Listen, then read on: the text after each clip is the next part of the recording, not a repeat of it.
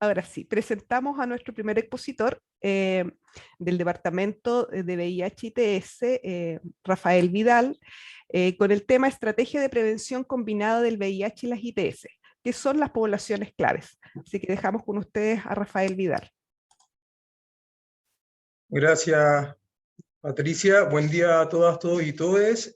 Un agrado poder estar en esta instancia, compartir algunos conocimientos, algunos conceptos clave en torno a justamente lo que decía el doctor Chanqueo, la prevención como líderes en distintas comunidades, especialmente en los contextos donde los que se van a insertar, donde muchas veces no existe información al respecto de qué son las ITS, qué es el VIH, cómo prevenir, también en términos más de sexualidad, de sexo seguro. Esperamos que esta instancia pueda contribuir a adquirir esas pequeñas palabras, a veces que son muy claves, fundamentales, como para generar el cambio en una persona. Así que les voy a compartir la presentación que preparé. Cualquier cosa ustedes me avisan si no se ve, si es que se escucha mal. Bueno, a mí me invitaron a hablar de prevención combinada en VIH-ITS, principalmente qué son las poblaciones clave. Tal como me había presentado en mayor profundidad, soy Rafael Vidal, soy psicólogo y soy parte del Departamento Nacional de VIH y estoy encargado de diferentes actividades y responsabilidades. Una de ellas también es trabajar justamente con poblaciones en temas de participación intersector, de alguna manera contribuyendo a que la población la prevención combinada cumpla con sus objetivos de prevenir el VIH, las ITS y otros objetivos que ya vamos a ir viendo a continuación.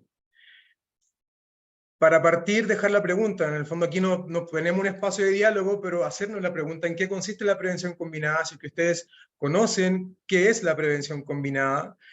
Aquí les comparto un afiche de Inglaterra, no, perdón, de Alemania, donde empiezan a innovar también de alguna manera gráficamente. Se entiende que hay algo que ahí sucede, que hay condones, que hay una práctica, que hay tratamiento, y que este afiche también promueve la educación al respecto, la información. Entonces no sé si en sus contextos formativos o de trabajo, práctica, laboral, ya han escuchado este concepto, pero creo que hacerse la pregunta en qué consiste la prevención combinada, claro, va a articular todo lo que vamos a conversar en este momento.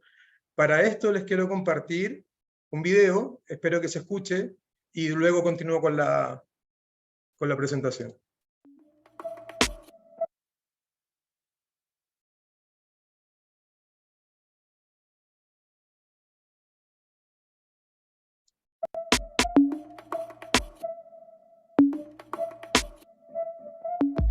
Toda conducta que comprometa nuestra integridad, ya sea física, psíquica, emocional, sexual. Exponerse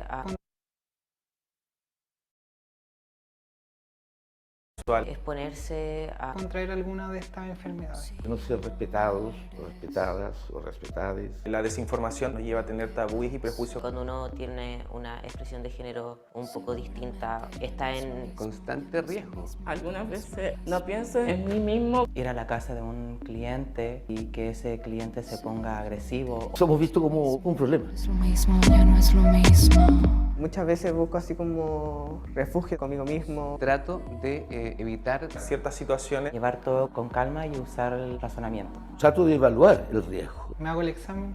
El autocuidado. preocuparse de la integridad de uno y de la otra persona. Lo que nos han enseñado en el liceo es súper poco y no nos enseñaron sobre salud.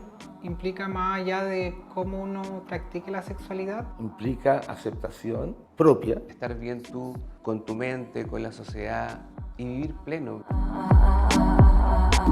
Me hubiera gustado que me hubieran hablado sobre las prevenciones y los riesgos que tengo al no ocupar condón. La información más me ha desinformado que informado. No hay espacio para otras anatomías. Siempre hablan de interacciones entre pene y vagina. Tampoco se aborda el mundo diverso, solo desde una vista biológica. Imposible pensar en que se fuera a hablar de identidades, de hábitos, de costumbres, de orientaciones, de prácticas sexuales. Me hubiese gustado que me hablaran de cómo disfrutar más la parte sexual. Que se hablara de la emocionalidad. Conocer cómo se transmite. Cómo cuidarse cuando uno está con una persona con la misma anatomía que tú. Sería interesante saber desde antes de iniciar la vida sexual Que no habían prácticas perversas, condenables. Me hubiese gustado que me dijeran que ser distinto no era malo. Soy yo. El uso del condón. Masculino y el condón femenino. No compartir fluidos de sangre, por ejemplo, o jeringas. Se habla mucho también como de tener una sola pareja sexual, pero encuentro que eso no es realista. Fuera de no tener sexo, que es la menos saludable, creo yo. Uf, terrible eso. El mecanismo padre yo creo que es educación. Unas pastillas ahora que se toman PrEP antirretrovirales. Es el medicamento que evita como el contagio del VIH. Falta mucho, como sean todos los procesos de cambio sociales, digamos. Cuesta.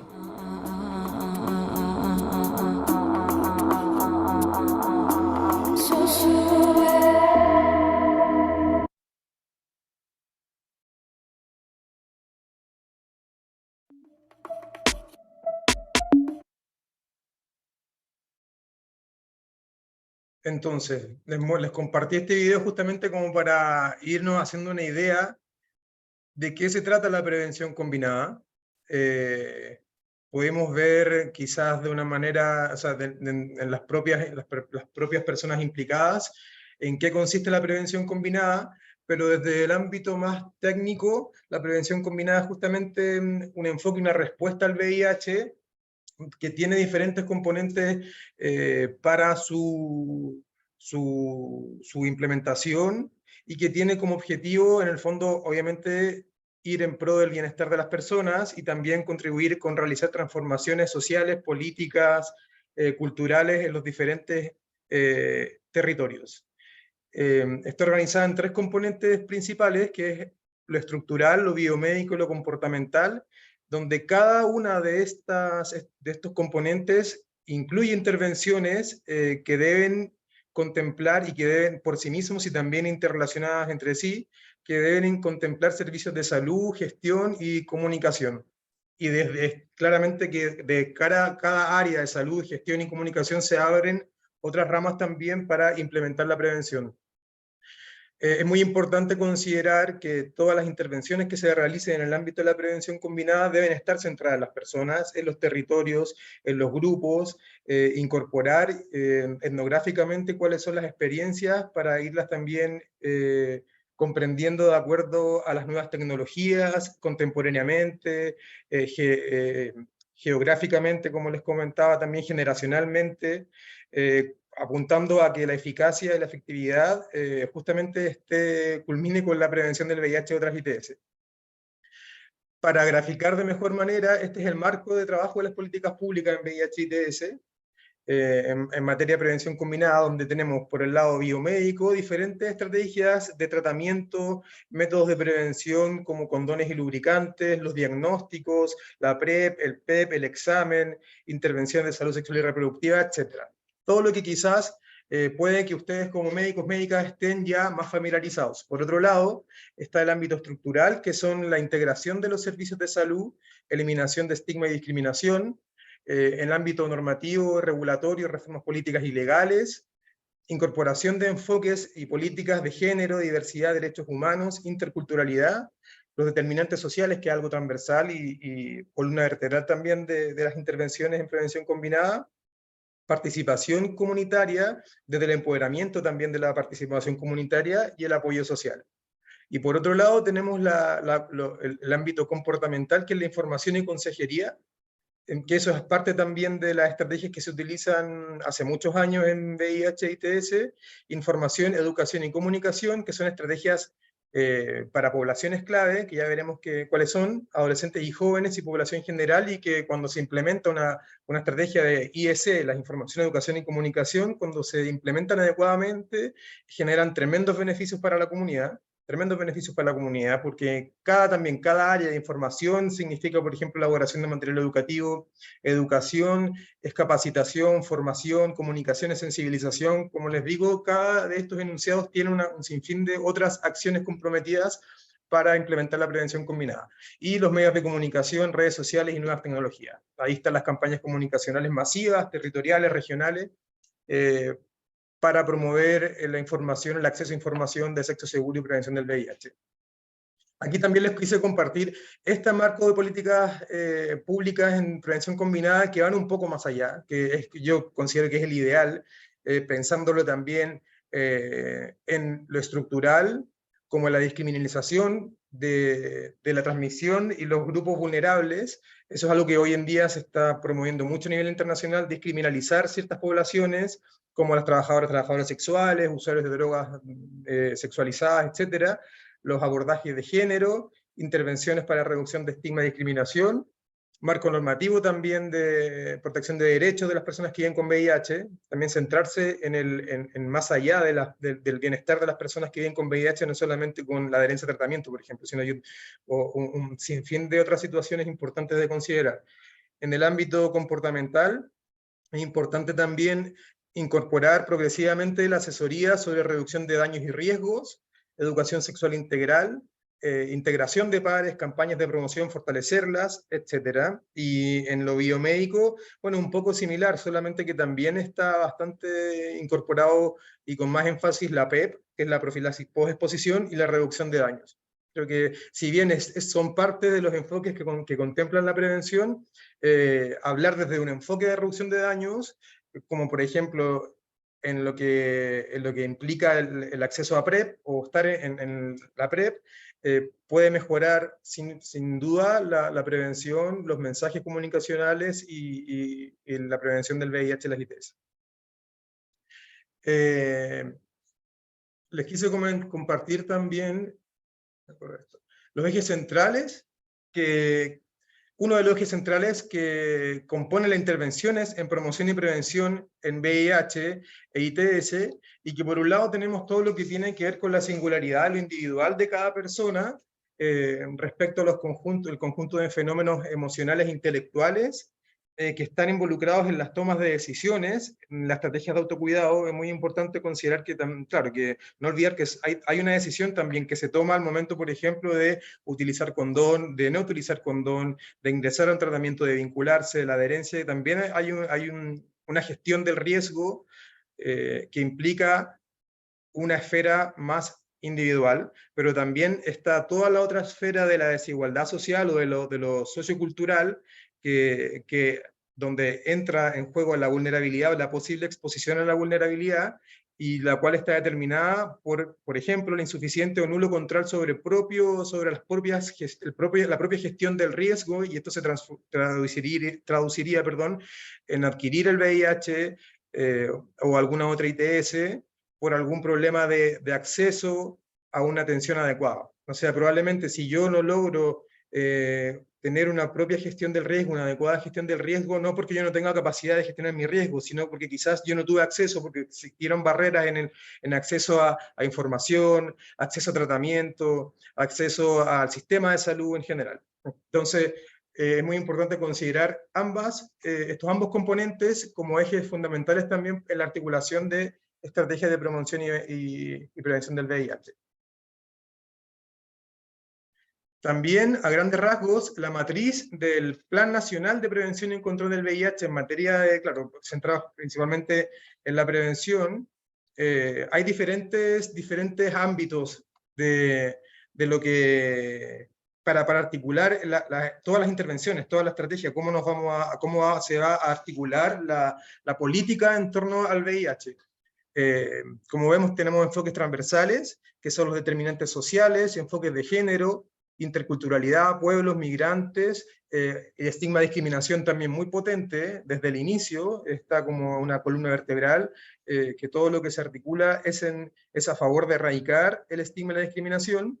Por otro lado, los principios orientadores son el derecho a la vida, respeto a los valores y creencias de cada persona, justamente apuntando a relevar lo singular de cada quien, respeto por la dignidad de las personas, derecho a la privacidad y confidencialidad, no discriminación, solidaridad, que últimamente también se ha impulsado harto el lema a nivel internacional de solidaridad para fortalecer también el bienestar a nivel individual y colectivo, acceso a los recursos disponibles, equidad, descentralización, intersectorialidad y participación. Esto por estos enfoques transversales y principios orientadores van a estar orientando transversalmente todo lo que se articule en ámbito de promoción de sexo seguro, diagnóstico y atención. Y también lo que tenga que ver con rectoría y regulación, información y gestión, fortalecimiento de la red, etc.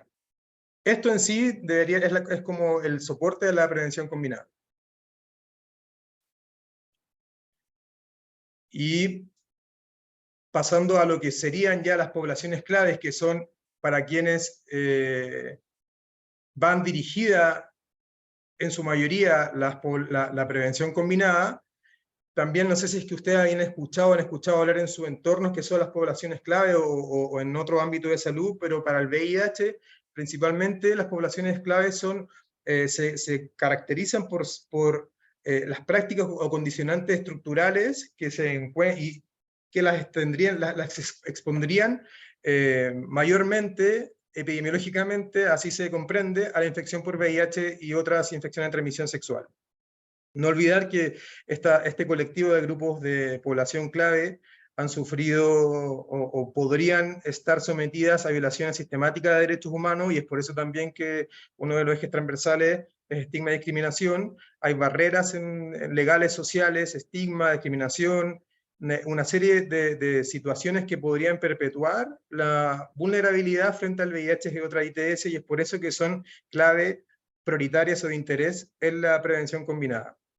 Sin embargo, no podemos pasar por alto y hacer énfasis en que, si bien la población clave se define por ciertas prácticas que las asociarían a esta mayor exposición al VIH, hay que considerar siempre la singularidad. Es decir, tampoco podemos dar por hecho que porque yo soy gay, lesbiana, lo que sea, voy a estar siempre más expuesta al VIH solamente por ser población clave. O sea, es fundamental también que la singularidad de las personas, las prácticas, las redes, todo un contexto de que es necesario analizar y reflexionar al momento también de, por ejemplo, aproximarse a través de una intervención de salud, o de una entrevista, o simplemente una conversación en el contexto sanitario. Porque claro, está bien, están las poblaciones clave, pero también está toda la población general, en el fondo, expuesta a cualquier enfermedad. En este sentido, las poblaciones priorizadas y de interés para el VIH, que serían claves, pero priorizadas y de interés, tenemos hombres que tienen sexo con otros hombres, ya estarían gay, bisexuales, personas trans, masculinas, femeninas, no binarias, trabajadoras y trabajadores sexuales, la comunidad LGTBIQ+ en general, o las personas usuarias de drogas sexualizadas y prácticas chemsex, que esto igual un poco es como para avanzar hacia las poblaciones clave aquí en términos de uso de droga, es droga inyectable, pero etnográficamente en Chile no hay mayor información respecto si es que la población usa efectivamente drogas inyectables como en otros países. Entonces, sí, últimamente hay mayor evidencia de que las personas usuarias de drogas sexualizadas o prácticas chemsex pueden estar más expuestas al VIH y otras ITS. Personas privadas de libertad, pueblos originarios y personas migrantes. Estas son las poblaciones priorizadas de interés para el VIH y donde la prevención combinada va a apuntar mucho más fuerte. En este sentido, quisiera también compartirles que las poblaciones clave históricamente se han organizado y han sido parte de la política en materia de VIH desde los años 80, impulsando diferentes instancias de participación y normativas que hoy en día, por ejemplo, se traducen justamente en la ley del SIDA. Desde el año 90 surge la Corporación Chilena de la Prevención, perdón, del 80 la Corporación Chilena de Prevención del SIDA, un espacio de lucha y de encuentro también homosexual principalmente. Ya en los 90, cuando se funda la CONASIDA, surge el primer movimiento LGTBIQ+, el 91 se organiza de una manera, se constituye de manera más organizada, y ahí estuvo muy involucrado con el equipo de la CONASIDA, o sea, el equipo de la CONASIDA estuvo de la mano con la conformación de los primeros movimientos sociales y territoriales de organizaciones sociales. Entonces hay una historia bien interesante de conocer. Luego, hacia el 98, se funda el MUNS, que es otra de las organizaciones históricas, y el año 2000 Traves Chile, que es el primer movimiento que viene a visibilizar o a poner sobre la mesa la lucha por los derechos de las personas con identidad de género no cis. En este sentido, todos estos espacios han estado como elaborados para participar e incidir en el diseño y elaboración de políticas públicas en torno al VIH y otras demandas de la comunidad. Principalmente que conozcan que la idea fuerza de alguna de estas organizaciones, que son autonomía frente al gobierno y medios de comunicación, el tema de género, el movimiento plural, promover derechos humanos, promover participación, etcétera, han estado históricamente evolucionando, articulándose y creciendo hasta el día de hoy. Aquí solamente les pongo algunas de organizaciones que trabajan con fuerza, que son aliadas del Departamento de VIH, con algunos momentos de mayor cercanía, otros de mayor confrontación, pero que sin duda han sido fundamentales para el logro de los diferentes derechos de la comunidad. En este sentido, la incorporación de las organizaciones sociales de las poblaciones claves en la prevención combinada dentro de la política está, por ejemplo, en Plan Nacional de VIH, la respuesta regional integrada, donde hay recursos que están destinados específicamente para las organizaciones sociales para que puedan ser implementadas a través de proyectos comunitarios de comunicación, testeo y educación, donde, sin embargo, esta estrategia, si bien es una fortaleza, en sentido que hay un presupuesto protegido para implementarlo en prevención, y justamente a través de poblaciones clave que componen sociedad civil, la modalidad de traspaso de recursos hoy en día aún sigue siendo vía mercado público, de una manera un poco más legal, por lo tanto no hay un traspaso quizás más directo o más fácil para la sociedad civil que implementen estos recursos destinados hacia estos grupos. Pero sí es una estrategia que se valora y que contribuye justamente a que la prevención combinada cumpla con su alcance y extienda el alcance de sus objetivos. Si alcanzo, les voy a mostrar, si todavía tengo un poquito de tiempo, por ejemplo, una de las campañas... Soy trans. Esta campaña no se trata solo del condón, se trata de mí. Antes salí en las mañanas, temprano, un poco de música y directo al humedal. Entrenar me relaja, me acerca a la imagen que quiero de mí. Nos encontramos un día y de ahí no nos soltamos, descubriéndonos. A veces es difícil de aceptar, afuera y sobre todo adentro, encajar en algún lugar, sentir que haces lo correcto, contigo. A veces eres desaparecer. Me da miedo acercarme, tocar, me asusta la indiferencia, la soledad, perder el acceso al amor.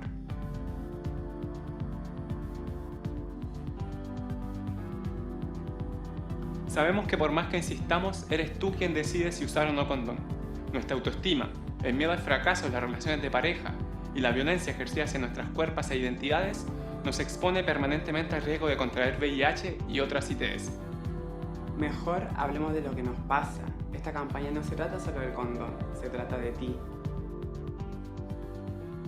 Bueno, esta es una de las campañas que hizo una organización de Arica, donde el proyecto era de comunicación social y elaborado por personas trans, hacia personas trans o cualquier persona, y lo cual igual contribuye a que el mensaje que se entregue también genere una identificación, y esta identificación a la vez un cambio en la conducta y un beneficio para las personas.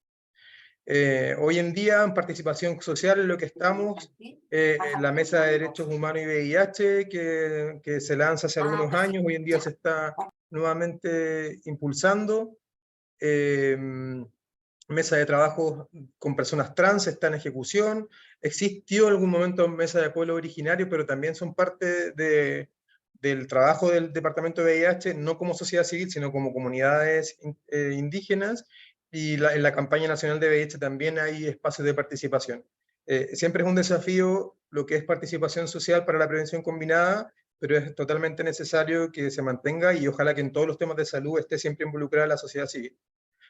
Hoy en día, los desafíos que se plantean, solo algunos, es en relación a lo que les decía, fortalecer el trabajo participativo y el vínculo entre Estado y sociedad civil, que no sea siempre pura tensión, sino que también se pueda contribuir desde el desacuerdo, obviamente, en articular políticas en conjunto, incorporar transversalmente al sector de educación en la prevención combinada. Es algo que es lo que se está avanzando, pero es algo que debiese estar de manera permanente. Ministerio de Educación trabajando en todo lo que es también prevención, y no que sea constantemente salud quien tenga que educar, sino que también tenemos un sector que educa y tienen que estar involucrados. El enfoque de reducción de riesgos y daños es necesario de incorporar con más fuerza y que se traduzca también en los mensajes que se entreguen. El enfoque diferencial de derechos, apuntando a las singularidades también de las poblaciones. El enfoque comunitario y la implementación de las estrategias de salud, como la PrEP, la PEP, los diferentes test rápidos. Hay un enfoque comunitario, pero es necesario fortalecer la salud mental de las personas viviendo con VIH. Esta información también se levanta en diferentes espacios de participación, de diálogo, donde hay una deuda, se siente una deuda también del Estado o del sector salud con las personas seropositivas en el ámbito de salud mental u otros temas de salud, no solamente en lo que respecta al VIH o la adherencia a tratamiento, sino que al bienestar integral de las personas con VIH. Disminuir brechas y barreras en el acceso de salud a diferentes estrategias, capacitación también permanente al sector salud, algo que se hace como esta instancia, por ejemplo, pero es necesaria una capacitación constante, ya que justamente las barreras con las que se encuentra la población clave está al llegar, por ejemplo, al consultorio, al hospital, etc. Continuar con la erradicación del estigma y la discriminación, actualizar o revisar constantemente el marco legal y normativo, que las campañas comunicacionales sean cada vez más efectivas, etcétera. Son uno de los desafíos. Siento que constantemente se van planteando nuevos desafíos, pero también nuevos avances. Eso, muchas gracias. Espero que esta información les contribuya a su quehacer cuando se enfrenten quizás a alguna situación de alguna consejería o de atender a una persona que venga por algún tema relacionado a VIH-ITS y tengan ahí alguna noción de lo que es la prevención combinada en esta materia. Muchas gracias por la invitación. Gracias, Rafael, por tu interesantísima presentación. Vamos a dar un mini espacio de preguntas. Queríamos dejar las preguntas al final, pero la verdad que hay varias preguntas relacionadas al mismo tema que tú mencionaste. Hay desconocimiento en algunos conceptos que tú mencionaste y están muy interesados si puedes ahondar. Dice, quería conocer cuáles son las drogas sexualizadas y qué es el chemsex, si pudieras explicar brevemente. Estás muteado, Rafael. Estás muteado. Y ahora sí. Ahí estaba leyendo también las preguntas. Sí, sobre uso de drogas sexualizadas y prácticas chemsex. El uso de drogas sexualizadas es tal como dice, el uso de drogas en contexto para las prácticas sexuales, que pueden ser durante o previamente, o una previa para la práctica sexual, que no sé, hay diferentes tipos de drogas, pero acá en el país, principalmente, por ejemplo, últimamente hubo un gran impulso de lo que es el TUSI, la queta, diferentes sustancias que pueden ser sustancias de diferente índole, de diferente como procedencia. También las tecnologías están involucradas en la sustancia y que principalmente se ocupan en el contexto o para el acto sexual, y que pueden ser con consentimiento claramente siempre, pero también existe la posibilidad de que no exista, que sea sin consentimiento. Entonces también ahí entra la zona de riesgo y que es un ámbito de acción. Drogas sintéticas, principalmente. Entonces estamos hablando de drogas sintéticas. El chemsex es una práctica mucho más específica, que está hoy en día vinculada específicamente al colectivo LGTB, específicamente aún más a hombres que tienen sexo con otros hombres, comunidad bisexual, donde son drogas muy específicas que se utilizan en contexto para una sesión de sexo, que puede ser sostenida por horas, por días, incluso todo un fin de semana. Y eso puede contraer muchos riesgos. Por lo tanto, son poblaciones de interés donde, por ejemplo, en otros países a la avanzada son personas que están en su mayoría en PrEP o son usuarias de PrEP, están en programas de prevención combinada, por el riesgo también que significa estar en una práctica sexual sin uso de condón, por ejemplo, y bajo el efecto de algunas sustancias, y también ahí se cruza fuerte todo lo que tiene que ver salud mental o la estructural del por qué yo accedo o requiero también de este uso de sustancias para práctica de chemsex. en el fondo, ¿qué es lo que me lleva a eso? Porque también, y esto sin hablarlo sin pánicos morales en el fondo, sino como que hay personas que pueden gestionarlo de muy buena manera, estas prácticas, porque existen en los países políticas públicas destinadas a esto, porque hay reducción de daños, etc. Sin embargo, aquí se está avanzando hacia eso, pero creo que como también después de la pandemia, el uso de drogas en diferentes contextos, pero también en el ámbito sexual, que es del interés que tiene para nuestro departamento, ha incrementado, es importante conocerlo. O sea, probablemente alguien, no sé, les llegue en la consulta a alguien que va a pedir, no sé, una profilaxis por alguna situación que está vinculada a droga, ya es una persona de interés, y tenemos que conocer también de qué estamos hablando. Gracias, Rafael. ¿Qué elementos estructurales hace que la población migrante o pueblo originario lo haga una población más clave o población clave? Sí, elementos estructurales justamente desde diferentes puntos de vista. Uno del ámbito ya de la vulnerabilidad que significa el hecho de emigrar en condiciones irregulares, por ejemplo, y que ingresar a un país en condiciones irregulares, desprovisto de diferente acceso a atención, eso ya genera un elemento estructural que hay que atender, especialmente, bueno, en todo el ámbito de salud, pero en materia de VIH, recordar que también el tratamiento es universal y también está destinado para las personas migrantes.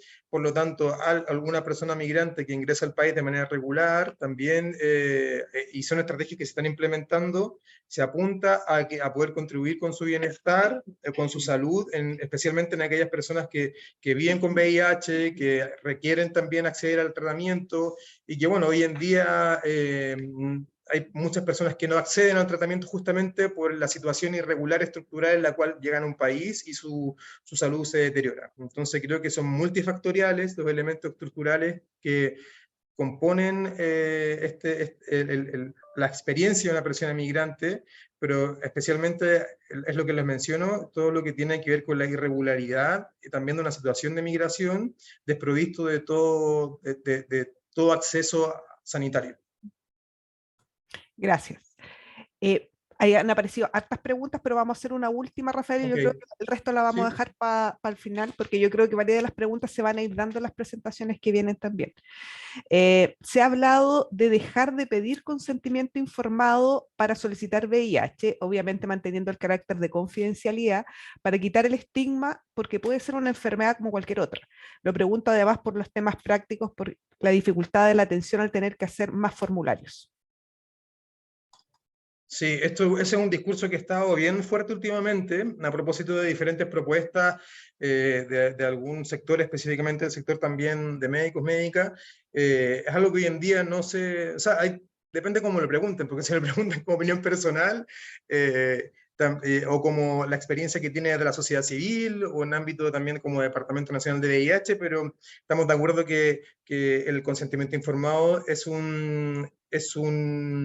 parte de un proceso que resguarda la confidencialidad, que resguarda también, y también está marcado dentro de ley como persona que accedo a un examen, que tengo que saber en el fondo qué es lo que voluntariamente acceder a este tratamiento. Por lo tanto, el consentimiento es parte de este tratamiento, del examen de VIH, de la salud de la persona, y no está contemplado, al menos en las discusiones que hay en el ámbito ya hasta actualización de la ley, que hace poco se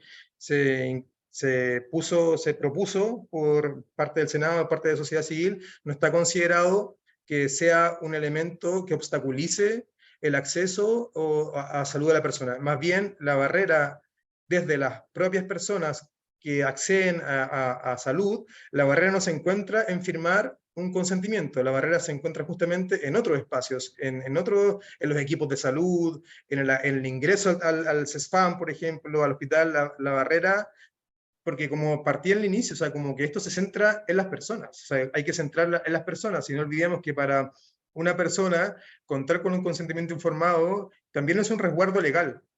Si no existe ese resguardo legal, probablemente puedan suceder nuevas situaciones de estigma y discriminación. Y está bien, claro, hay que normalizar el VIH, hasta en este tipo de cosas, pero sigue siendo un elemento valorado, necesario, para las personas y no así una barrera porque es un documento más. O sea, ahí son diferentes cosas. O sea, si yo como médico no considero que es un obstáculo porque no puedo imprimir fácil consentimiento, esa es una forma de ver esta situación. Pero como es centrado en las personas, la discusión está puesta en que es un elemento necesario, que no se puede quitar, porque resguarda también mi bienestar, me resguarda legalmente y no es una barrera. La barrera está puesta en otras situaciones del contexto de salud.